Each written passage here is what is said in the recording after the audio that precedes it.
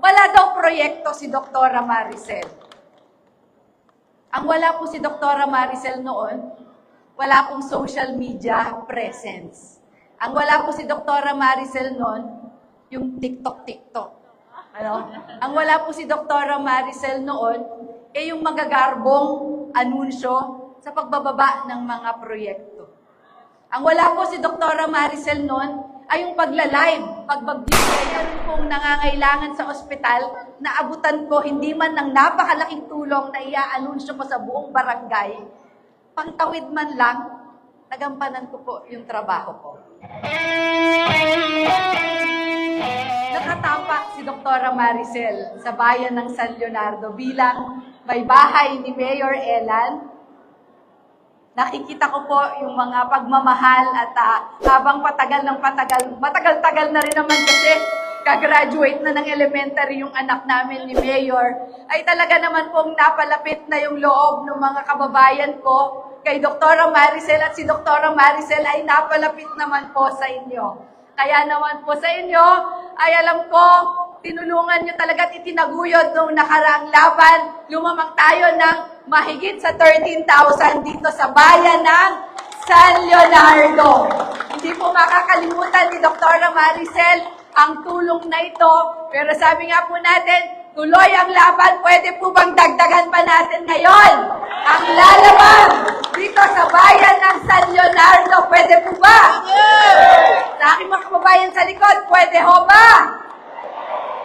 Salamat po kasi talaga pong laking bagay, na malaki yung baon ni Doktora Maricel. At alam ko naman, si Doktora Maricel po ay sa pagtatrabaho, alam nyo naman po ay itong binibigay ninyo sa akin pagtitiwala ay ibinabalik naman natin, hindi lamang dito sa ating bayan, kundi sa buong distrito. Alam ng ating mga kababayan na noong 2019, na nahalal tayo, bagamat nagkaroon ng pandemya, nandiyan, kahit sa sariling bulsa, sa sariling kabuhayan namin ni Mayor Elan, dahil wala nga pong pondo, pero pinang-abot natin dun sa ating mga nangangailangan. Pero hindi po nangangailangan na walang naging proyekto si Doktora Maricel dahil alam naman natin nung nakaraang eleksyon, kinapos po si Doktora Maricel. Ang ipinangsira kay Doktora Maricel, ang ipinanghanap kay Doktora Maricel, saksi po siyempre ang ating mahal na Congressman Rody Antonino. Wala daw proyekto si Doktora Maricel.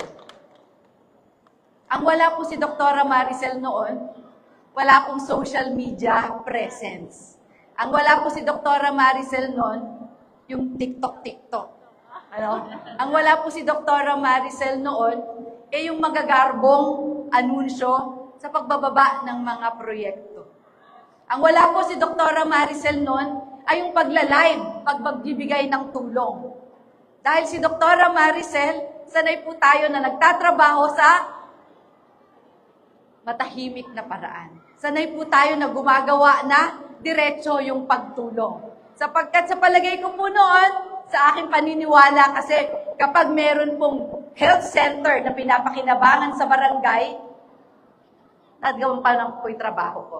Kapag meron pong daycare center na pinapasukan yung ating mga chikiting, nagampanan ko yung trabaho ko. Kapag meron pong nangangailangan sa ospital, na abutan ko hindi man ng napakalaking tulong na ia-anunsyo ko sa buong barangay, pangtawid man lang, nagampanan ko po yung trabaho ko.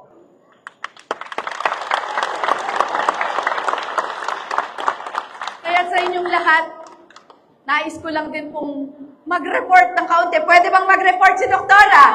Pwede po ba maglahad sa aking mga kabarangay ng sa ganoon? Alam naman po ninyo, hindi man sa ating bayan, alam kong lilipot tayo sa buong distrito nang malaman natin, meron tayong armas. Bakit natin tinutulungan si Doktora Maricel? Alam ko po, dito, tayong mga naririto ngayon sa Bulwagan, alam natin ang bahilan kung bakit natin ilalapit si Doktora Maricel at alam natin ang dahilan kung bakit itataguyod natin si Doktora Maricel hindi lamang bilang kababayan kundi isang lingkod bayan. Hindi po ba? Kaya sa inyong lahat, dito po sa ating paglilingkod noon pong 2019 sa bayan pang po ng San Leonardo. Alam niyo ito, pero sa hindi pa nakakabatid, marami po tayong naipababang proyekto. May mga eskwelahan po tayong naipagawa, hindi po ba nakikita natin yan sa San Anton? Meron tayong 2-story na school building sa San Anton Elementary School. Ganon din po sa barangay Tambo Adorable, nandyan po ang sa Tabuating Tambo North Elementary School. Sa magpapalayong naman, nandyan sa C.I. Villaroman Elementary School ang 2-story school building. Ano po, bagamat noon po, dahil nagkaroon nga ng pandemya, marami pong pondo inalis para sa school. Kasi aaral lang naman sa eskwela, sa bahay, di ba? Mga chikiting natin, mga anak natin, dun sa bahay, nagmo-module, no? So, inalisan po yung pondo. Isa po sa natapat, alam niyo na nabawasan ng ng pondo, yung proyekto doon sa Tambo North Elementary School. Pero, tayo po ay hindi pinalad. Yun po ay ipinatuloy ko sa LGU kay Mayor Elan na ngayon po ay nakikita natin pinapakinabangan yung 2-story school building. Bukod po sa mga eskwelahan na yan, nakapagpatayo po tayo ng mga pasilidad para sa kalusugan. Siyempre, alam ng mga taga-bayan yung Super Health Center natin. Hindi po ba na matatagpuan sa San Bartolome? Napakarami pong serbisyo na ibinibigay sa atin yan. Meron din po tayong health center na naipatayo sa Tambo Adorable. May view deck pa kayo doon. Hindi po ba? Nasaan yung mga taga-Tambo Adorable dito? Hindi po ba? Pwede pang merong harapan dun sa gilid at may veranda. So, bukod po dito sa dalawang health center na ito, natural, alam naman natin, tinutustusan natin yung ating, binibigyan ng tulong yung ating ospital. Nakapaggawa din po tayo ng iba't ibang multipurpose building, mga barangay hall, meron po tayong naipagawang daycare center dyan po sa San Bartolome. Meron din po diyang senior citizen center. Sa Barangay Bonifacio, meron po tayo naipagawang barangay hall at saka po ang kanilang gymnasium, magkatabi yun. Nasaan ang mga taga Bonifacio? Hindi po ba? Doon na tayo naghaharap-harap ngayon sa gymnasium sa katabi ng barangay hall. Meron po tayo na ipagawang gymnasium sa Mambangnan, National High School, meron sa Nieves, meron po sa Tagumpay, Naganyo High School. Nakalagay din po tayo ng gymnasium sa Barangay Castellano. Nasaan ang mga taga-Castellano kay Kapitan Ambo, no? Meron tayong naipagawang gymnasium dyan. At ganun din po, merong bagong barangay hall sa barangay ng Tagumpay. So, alam ng ninyo, nabibilang niyo po ba? Hindi mabilang ang proyekto ni Dr. Maricel dahil bukod po sa mga pasilidad na yan, marami pa rin po tayong mga kalsadang pinasementuhan, iba't ibang barangay na napalagyan natin ng slope protection dun sa gilid ng ilog. Nang sa ganoon ay hindi natitibag. Alam po ninyo yung mga proyektong binabanggit ni Dr. Maricel, dito pa lamang po sa San Leonardo. Pwede po tayong mag-overtime at ikwento ko pa sa inyo ang sa buong distrito. Pero sigurado naman po yung mga kababayan ko naniniwala na yung proyekto ni Dr. Maricel dito sa San Leonardo, mayroon din po sa iba't ibang bayan. Kaya sana po ay mabigyan muli ng pagkakataon si Dr. Maricel na makapagbigay pa muli ng maraming proyekto. Bagamat, isipin po ninyo mga kababayan isang maiksing termino pa lamang po naging kinatawan si Dr. Maricel. Pero marami na po tayong pinapakinabangan, hindi po ba? Paano pa po kaya kung mabibigyan pa muli ng isang pagkakataon? Naiisip po ba natin kung gaano pa ang ire-request ng mga wini-wish ng mga kapitan natin na proyekto sa kanilang barangay na alam natin, kaya natin ibigay, hindi po ba? Hindi na kailangan nila mag-request. Hindi na kailangan makipaghingi sa kung saan na ahensya. Ngayon po, sabi ko, alam naman natin lahat tayo ay nakipagdalumhati nung si Dr. Maricel ay hindi pinalad. Magtatatlong taon na po, pero kumanap po kayo sa inyong barangay kung meron tayong proyektong pinakikinabangan mula sa distrito. Meron po ba?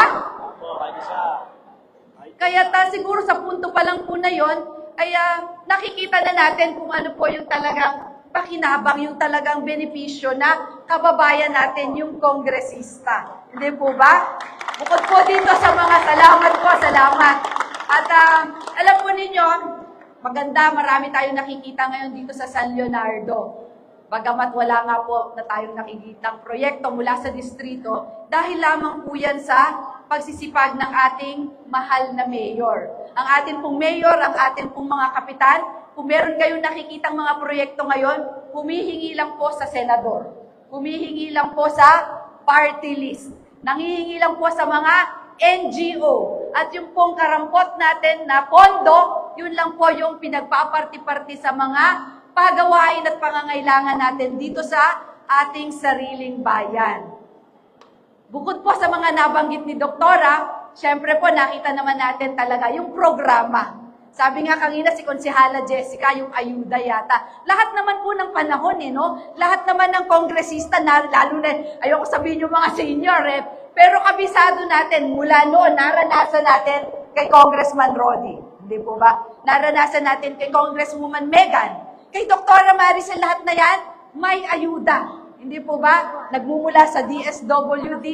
Opo, alam natin, pinapaalam natin sa inyo, sabi nga, tax natin na napunta sa gobyerno, ibinabalik bilang pangtulong sa atin. So lahat po ng dumupong kongresista, nabibigyan ng pagkakataon na magbigay ng pangtulong pinansyal. Kaya't kay Doktora Maricel, naranasan din po natin yan.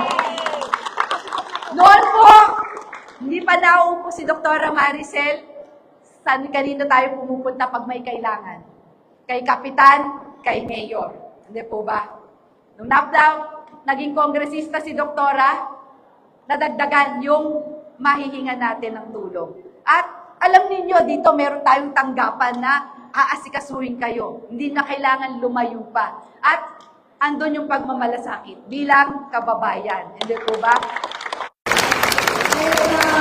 Sa lahat po ng mga tumatanggap ng ayuda, sabi nga natin, sana po yung pangkalahatan ng kabutihan, isipin natin pag nandun tayo sa pintuan ng presinto at magbibigay kayo ng loan. Pwede ho ba? At alam niyo naman po, si Dr. Maricel, ang mga programang ating tinitindihan ay yung mga talaga po ang pakipakinabang at talaga naman ang kailangan ng bawat pamilya dito po sa ating distrito. Siyempre, yung edukasyon, yung buhay, number 1 sa atin yan, kailangan natin pag-aralin yung ating mga anak. Dito ba, hindi lamang tayo nangangarap ng elementary, hindi naman high school. Gusto natin ay makapagtapos sa college, hindi po ba? Kaya kung dito, napakaswerte natin. Pero nagkaroon tayo ng science elementary school, science high school, at meron tayo NEUSP na libre nag-aaral ng ating mga anak sa kolehiyo. At hindi pa po na kontento, no? Dahil nakita natin yung pangangailangan marami sa ating kababayan dumadayo pa para kumuha ng ibang kurso. Nagtatag tayo ng Kolehiyo de San Leonardo. Na ngayon po, tayo na naka-enroll ng criminology. Sa inyong lahat, baka hindi na nalalaman ng ating mga kababayan bukod sa criminology, sa darating pong pasukan, magdadagdagan ng kurso psychology. Yung ating i-offer sa ating sariling Kolehiyo de San Leonardo. At dahil nga marami pa din ibang lugar, ito ay talagang kaasam-asam na kurso. Kaya po ito naman ang naglayan ni Mayor Ella at ngayon po ay aming pinag-susumikapan na mapaprubahan sa Commission on Higher Education sa ating mga kabataan na nag-aaral. Malapit na po pagkako na pirmahan na aprubahan. Magiging libre din po scholar ang ating mga kababayan sa kurso ng nursing. Kaya hindi tayo dito. Kaya kung matutulungan niyo si Doktora, mas may chance ako na bukod dito, makapagdagdag pa tayo at mapalawin pa natin. Hindi tayo hihinto hanggang hindi natin nakita dito sa ating sariling komunidad na tayo ay maganda ang klase ng edukasyon. At sa inyo po mga lahat, ano pa ba ang isang programa na mahal na madikit sa puso ni Doktora? Siyempre po yung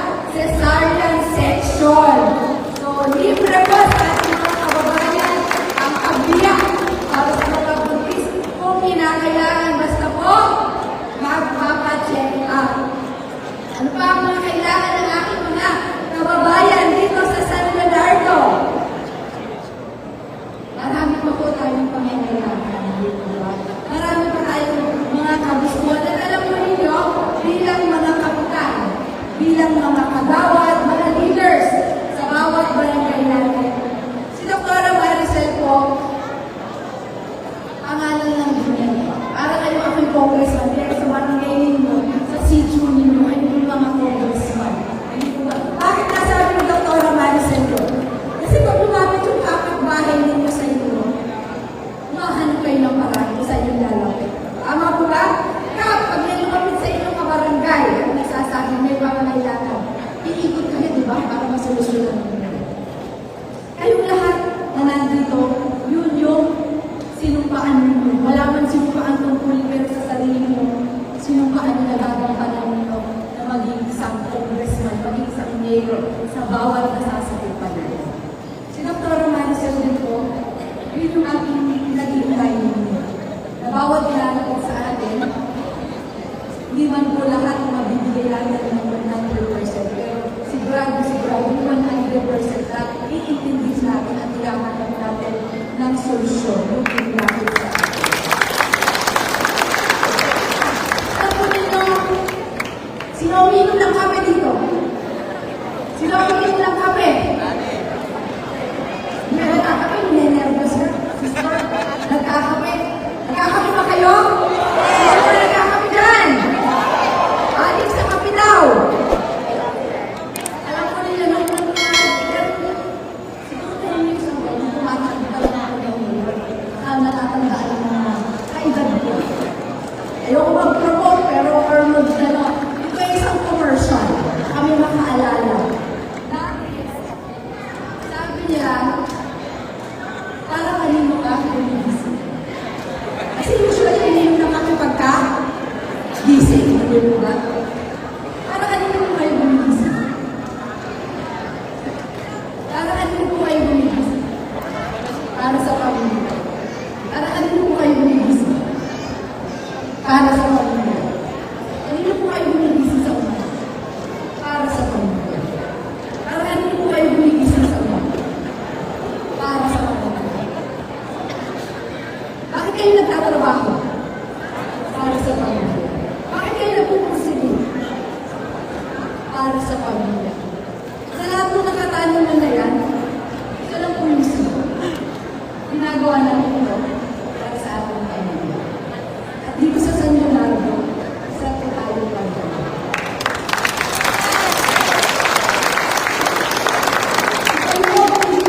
Kung kayo po nagtatrabaho, kayo nagpupursige. Para mabigyan mo ng kinabukasan ng inyong pamilya, para mapakain ng ating pamilya, mapakaral ng ating mga anak. Dr. Maricel, bilang natin ina, kung sabihin natin pag-isip, magtatrabaho tayo para pero tayo kaibigan ng tulong sa ating mga kapamilya. Kung kapamilya natin ay ating mga kapamilya. Sana po, ay mapagtulungan natin yung laban na ito dahil hindi po ito laban lamang ni Dr. Maricel. Pangalan ko lang ito po ay tunay na laban ng San Leonardo, tunay na laban ng distrito na nagmamahal sa bawat pamilya natin. Maaari pong nagkulang si Dr. Maricel noon sa social media. Ako ko talaga kasi kaya noon na alam ko pag social media kapagawin ko yan, papasikat lang. Hindi naman mo ako tumingin dito para maging popular. Hindi mo ako kumakampanya para paskatin yung aking pangalan. Sa palagay ko, sa personal ko, narating ko naman na yun, yung childhood dream ko. Maliit ako, sabi ko, gusto kong maging doktor. Ang dahilan kaya ba gusto maging doktor noon? Dahil nagsakit ko ng nanay ko. Tangi ko ng solusyon, tangi ko ng gusto yun. Pagkagamot ko, maalisan ko yung sakit na nararamdaman ng nanay ko. Ngayon po, kaya naman ako, sige ko, nagkakalit ko yung sarili ko. Malakatan po ang mangyari sa politika, manalo ko yung narating ko bilang isang manggagawa. Kaya ngayon po, naranasan ko po maging isang anak ng lungsod, naranasan ko maging unang lungsod, naranasan ko maging may bahay, unang bayan. Wala po akong ibang hinahangal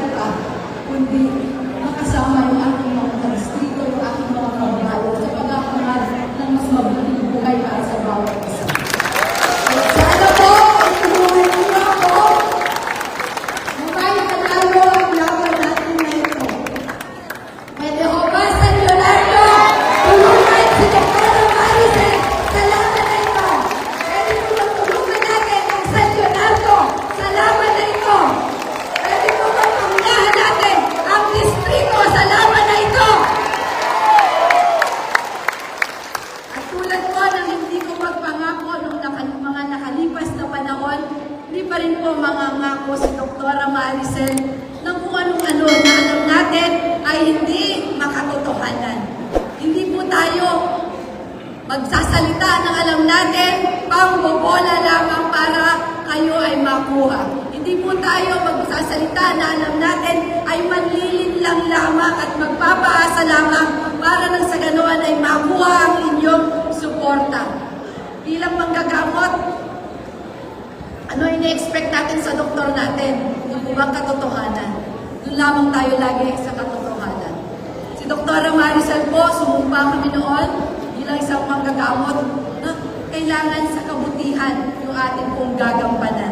Kaya sa inyong lahat po, ngayon pa lamang, humihingi ho ako ng pasensya. Alam ko, magiging mahirap ang trabahuin natin, pero sana po ay pagtsagaan natin dahil sa tunan na ito, sigurado po tayo ay magtatagumpay. Ang tanging pangako ni Dr. Maricel sa aking mga kababayan,